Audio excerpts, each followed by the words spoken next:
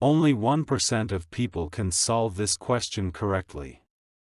The question is, 15 divided by 3 times 5 plus 4 times 8 divided by 2.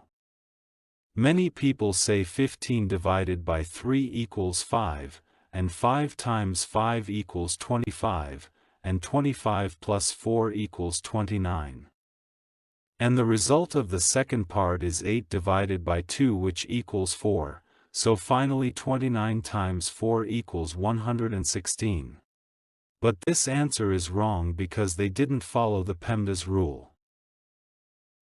Look, the PEMDAS rule is very simple. First, we have to solve the expressions inside the parentheses, then the exponents.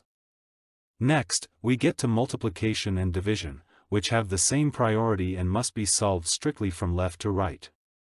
And finally, we have addition and subtraction, which also need to be solved in the exact same way, from left to right.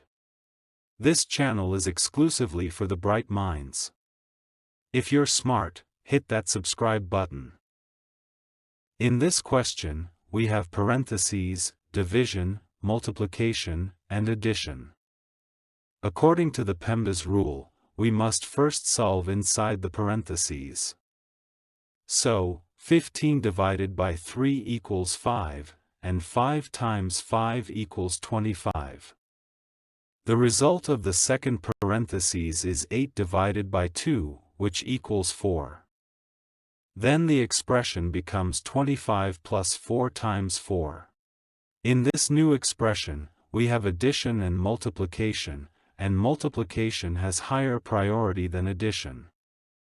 So, 4 times 4 equals 16, and finally, 25 plus 16 equals 41. This channel is exclusively for the bright minds. If you're smart, hit that subscribe button.